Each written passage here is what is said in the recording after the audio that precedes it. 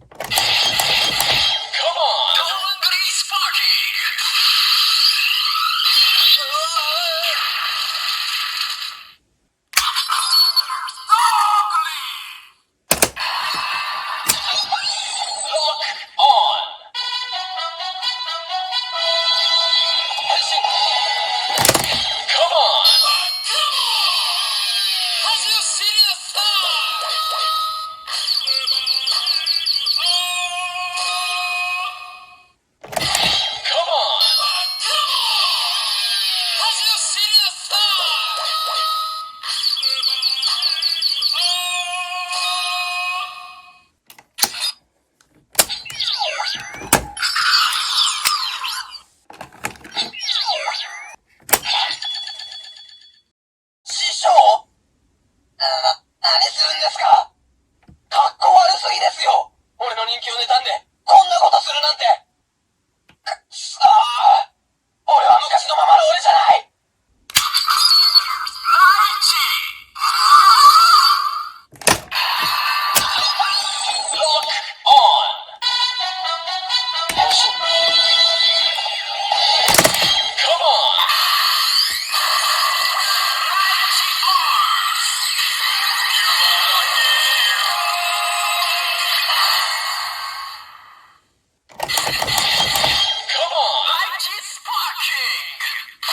目を覚ましてください、師匠。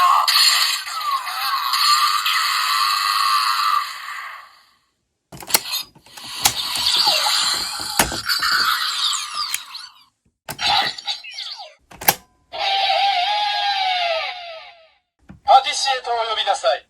あなた誕生日は？水亀座ね。私とは相性最悪。おまけにエスプリに乏しい受け答え。エレガンスのかけらもないファッションセンス。ノンノンノン。あなた不採用。その短絡的な発想がすでにあなたの貧困な感性を物語っているの。素材人材すべてにおいて本物の一品を揃えること。それが当店の揺るがぬポリシー。